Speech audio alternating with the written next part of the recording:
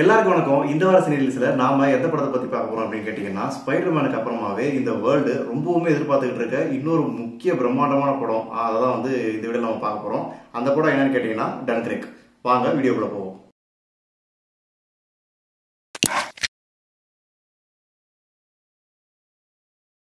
எல்லாருக்கும் வணக்கம். சினில் சார்பாக நான் உங்க ராம்குமார். நாம டன்கிரிக் என்ற ஒரு படத்தை பத்தி நம்ம பார்த்துட்டு இருக்கோம். அது என்ன டன்கிரிக், அதுக்கு ஏன் இவ்வளவு பெரிய ஹைப் அப்படின்னு சொல்லி கேட்டீங்கன்னா, இதுக்கு ரொம்ப ரொம்ப முக்கியமான ஒரு காரணம் இருக்கு. என்னன்னு கேட்டீங்கன்னா, கிறிஸ்டோபர் நோலன் அவர் தான் இந்த படத்துடைய டைரக்டர். கிறிஸ்டோபர் நோலனா அவர் அவ்வளவு பெரிய டைரக்டரா அப்படின்னு சொல்லிட்டு கேட்கறவங்களுக்காக ஒரு சின்ன விஷயம் சொல்லணும். அப்படி என்னன்னு கேட்டீங்கன்னா, இது வரைக்கும் அவர் எடுத்த படம் ரொம்பவும் கம்மி தான். ஆனா எடுத்த எல்லா படமும் பாக்ஸ் ஆஃபீஸ்ல ஒரு முக்கியமான இடத்த பெற்றிருக்கு. இவர் இது வரைக்கும் எடுத்த படங்கள் என்னென்ன அப்படிங்கறத ரிவர்ஸ் ஆர்டர்ல பார்த்தோம் அப்படின்னு சொன்னா என்னென்ன இருக்குன்னு கேட்டீங்கன்னா, இன்டர்ஸ்டெல்லார், டார்க் நைட் ரைசஸ், அதுக்கப்புறமா இன்செப்ஷன், அதுக்கப்புறமா டார்க் நைட், அதுக்கப்புறமா பாத்தீங்கன்னா த பிரிஸ்டீஜ், அதுக்கப்புறமா த பேட்மேன் பிகின்ஸ், அதுக்கப்புறமா த இன்சோமேனியா, அப்புறமா பாத்தீங்கன்னா கஜினி, நான் அப்படி சொல்லிடக்கூடாதுல்ல, த மொமெண்டோ, அப்புறமா பாத்தீங்கன்னா த ஃபாலோயிங் அப்படின்ற மாதிரி இது மாதிரி படங்கள்ல எடுத்திருக்காரு. இந்த படம் எல்லாமே பாக்ஸ் ஆஃபீஸ்ல ஒரு முக்கியமான இடம் பெற்றிருக்கு. அது மட்டும் இல்லாம இந்த பேட்மேன் பிகின்ஸ் அப்புறமா இவர் எடுத்த எல்லா படமும் பாக்ஸ் ஆஃபீஸ்ல ஒரு பெரிய கலெக்ஷனை போட்டிருக்கு. அது மட்டும் இல்லாம இவர் வேற ரேஞ்ச் ஆஃப் டைரக்டராகவே மாத்திருக்கு. இன்னும் முக்கியமா சொல்ல போனா, பேட்மேனுக்கு காமிக்ஸ் ஃபாலோவர்ஸ் எக்கச்சக்கமான போய் இருந்தாலும் இந்த பேட்மேன் அப்படின்ற ஒரு கேரக்டருக்கு நிறைய ஃபாலோவர்ஸ் கிரியேட் பண்றதுக்கு முக்கியமான காரணம் யாருன்னு கேட்டீங்கன்னா, இது கிறிஸ்டோபர் நோலன் தான். இந்த பேட்மேன் பிகின்ஸ்க்கு அப்புறம் தான் இவருக்கு நிறையவே ஃபாலோவர்ஸ் வர ஆரம்பிச்சாங்க. ஏன் அப்படின்னு சொல்லிட்டு கேட்டோம் அப்படின்னா, இவர் எல்லா விஷயத்தையும் ரொம்பவும் ரியலிஸ்டிக்கா சொல்ல ட்ரை பண்ணுவாரு. இவருடைய ஸ்கிரீன் பிளேவே ரியலிஸ்டிக்கா இருக்கும் அப்படிங்கிறது தான் அதோட முக்கியமான விஷயம். கரெக்டா சொல்லணும் அப்படின்னா, இந்த பேட்மேன் பிகின்ஸ்ல பாத்தீங்கன்னா, பேட்மேன் ரியல் லைஃப்ல இன்னைக்கு இருக்கிற காலகட்டத்தில் ஒரு பேட்மேன் ஒரு பணக்காரன் பேட்மேனா மாறினா எப்படி இருக்கும் அப்படிங்கிறத ரொம்ப ரியலிஸ்டிக்கா சொல்லியிருப்பாரு. அதுக்கப்புறமா இந்த பேட்மேன் யூஸ் பண்ற பேட் மொபைல், அதாவது பேட்மேன் யூஸ் பண்றாருல அந்த கார் ஆகட்டும், அந்த பைக் ஆகட்டும், அதுக்கப்புறம் இவருடைய கேட்ஜெட்ஸ் ஆகட்டும், இல்ல இவர் யூஸ் பண்ற எக்யூப்மெண்ட்ஸ்ல இருந்து டெக்னாலஜில இருந்து எல்லாமே இன்னைக்கு டெக்னாலஜியா இன்னைக்கு இருந்தா எப்படி இருக்கும்ன்ற மாதிரி ரியலிஸ்டிக்கா கொண்டு வந்திருப்பாரு. அதனாலவோ என்னமோ பேட்மேனுக்கு அப்புறமா இந்த பேட்மேன் பிகின்ஸுக்கு அப்புறமா பேட்மேனுக்கு ஃபாலோவர்ஸ் ஜாஸ்தி ஆயிட்டாங்க.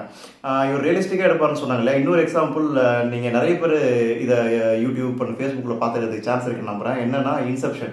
இந்த இன்செப்ஷன்ங்கிற படத்துல ஒரு சீன் இருக்கும். என்னன்னு கேட்டீங்கன்னா, ஒரு கனவுல நடக்கிற ஒரு ஃபைட்டு.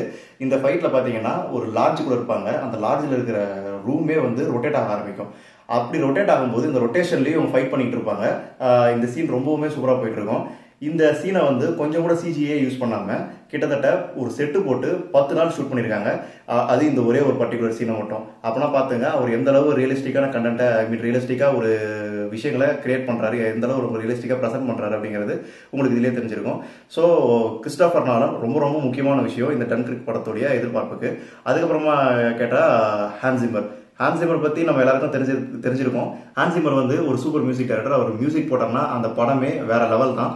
முக்கியமா அவர் இந்த கிறிஸ்டோபர் நோலன் கூட சேர்ந்து போட்ட மியூசிக், அதாவது எந்தெந்த படத்துக்குலாம் மியூசிக் போட்டாரோ அதனுடைய ஃபீலிங்கே தனி.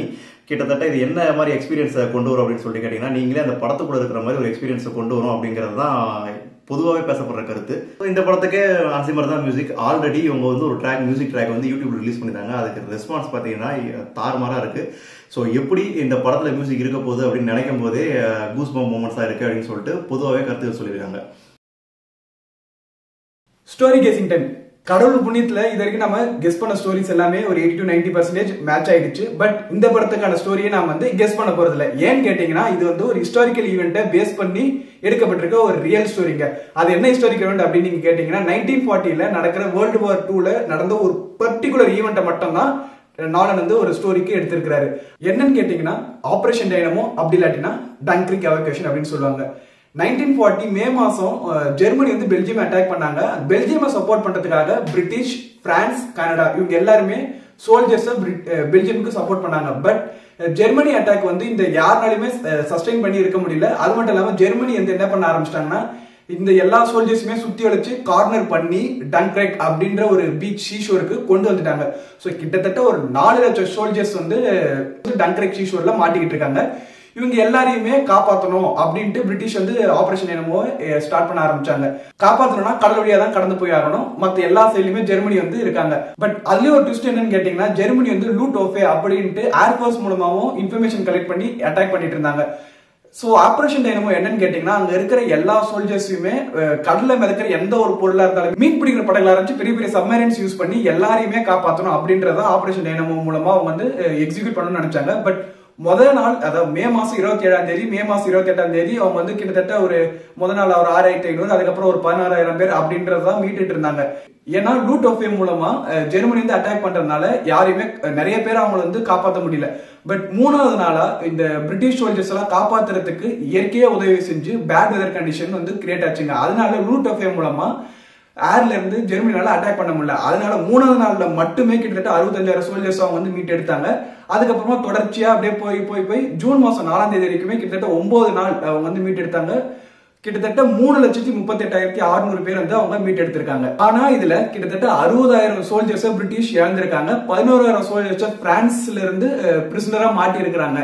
அது மட்டும் இல்லாம ரெண்டு தரப்புலயுமே அதாவது பிரிட்டிஷ் அண்ட் ஜெர்மனி ரெண்டு தரப்புலயுமே கிட்டத்தட்ட 200 பிளேன்ஸ் வந்து கிராஷ் ஆயிருக்கு. அது மட்டும் இல்லாம பிரிட்டிஷ் அவங்களோட ஏகப்பட்ட வெப்பன்ஸ், ஷிப்ஸ், அப்புறம் டெஸ்ட்ராயர்ஸ், டேங்க்ஸ் இது எல்லாத்தையுமே அவங்க வந்து இழக்க நேரிட்டுருச்சுங்க. சோ வெற்றிகரமா 3,38,000 பேரை மீட்டு கொண்டு வர்றதுதான் டன்கிரிக் எவாக்குவேஷன் அப்படின்ட்டு ஹிஸ்டரியில இருக்குதுங்க. இததான் தன்னோட டன்கிரிக் படத்துக்கு ஒரு மைய கருவா எடுத்துக்கிட்டு நாலன் ஒர்க் பண்ணிருக்காரு. இந்த படத்தோட கதையை நாங்க இவ்வளவு ஸ்ட்ரெஸ் பண்ணி மெனக்கெட்டு ஹிஸ்டரி எல்லாம் படிச்சு பார்த்து சொல்றோம் அப்படின்னு கேட்டீங்கன்னா பொதுவாகவே ஒரு பேச்சு இருக்கு. என்னன்னா, நாலன் படமா படம் கதை புரியல ஆனா படம் சூப்பரா இருக்கு, இன்னொரு தடவை இல்ல 2-3 தடவை பார்த்தா படத்தோட கதை புரிஞ்சிடும் அப்படின்ட்டு பொதுவாகவே ஒரு பேச்சு இருக்குதுங்க. பட் இந்த படத்துக்கான கதை இப்ப நம்மளுக்கு தெரிஞ்சிருச்சு. சோ இந்த பேச்சுக்கான வாய்ப்பு வந்து இருக்காது நம்ம நம்பலாம். அது மட்டும் இல்லாம பொதுவாகவே நாலன் அவரோட சொந்த கதையை எடுத்துக்கிட்டு ஸ்கிரீன் பிளே ரொம்ப மெனக்கெட்டு ரியலிஸ்டிக்கா காட்டுவாரு. அது நம்ம எல்லாருக்குமே தெரிஞ்சதுதான். அது மட்டும் இல்லாம ஒரு ரியலிஸ்டியே எடுத்து அதை காட்ட போறாரு அப்படின்றப்ப அதோட ஹைப் ரொம்பவே அதிகமா தாங்க இருக்கு. இன்னும் சொல்லணும்னா நாலன் ஃபர்ஸ்ட் டைம் வார் ஜானர் ட்ரை பண்றாரு. சோ அதை எப்படி காட்ட போறாரு, அந்த சீக்வன்ஸ் எல்லாம் எப்படி இருக்கும் அப்படின்ட்டு நாலன் ஃபேன்ஸ் கிட்ட ரொம்பவே ஹைப்பா இந்த படம் கிரியேட் பண்ணிருக்குதுங்க. இந்த படம் ஐமேக்ஸ் கேமரால ஷூட் பண்ணிருக்கிறதுனால இந்த படத்தை ஐமேக்ஸ்ல பார்த்தா இந்த படத்துக்கான எக்ஸ்பீரியன்ஸ் ரொம்ப நல்லா இருக்கும் அப்படின்னு சொல்றாங்க. சோ இந்த டன்கிரிக்கான ஃபேக்ட்ஸ் உங்க எல்லாருக்குமே பிடிச்சிருக்குன்னு நம்புறோம். இந்த வீடியோ உங்களுக்கு பிடிச்சிருந்தா மறக்காம லைக் பண்ணுங்க, ஷேர் பண்ணுங்க, அப்படியே கீழே கமெண்ட் பண்ண மறந்துடாதீங்க. இதே போல இன்னொரு வீடியோவில் உங்களை கூட சந்திக்கின்றோம். நன்றி, வணக்கம்.